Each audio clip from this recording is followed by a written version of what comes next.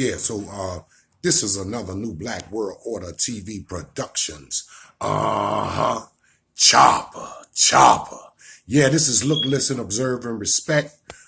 This is another segment as we address the God frequency, and particularly Dr. Alim-bey's teaching on we are light beings and we are stardust. And you use or you source Mr. Neil deGrasse, right? Where he talked about we were stardust.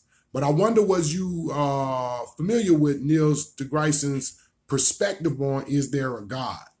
And how he talked about leave your religion out of my science class, right? It has a place in philosophy.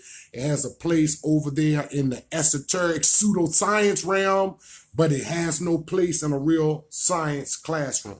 So we're talking about look, listen, observe, and respect. We talked about the real science on light.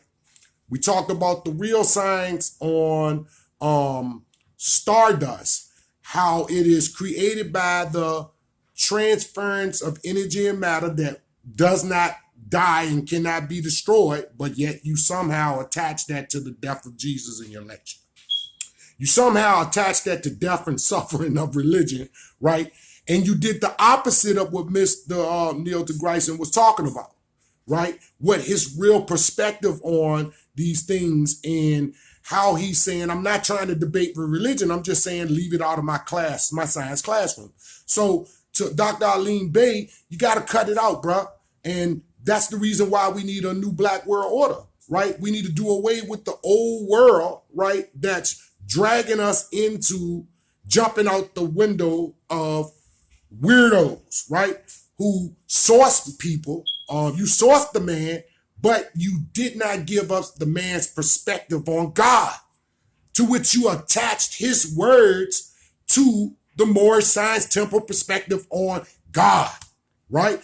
Hydrogen is depleted, that creates the collapse or the transference of energy and matter. There's no death there, right? There's no need for a resurrection, right? There is no death to energy and matter.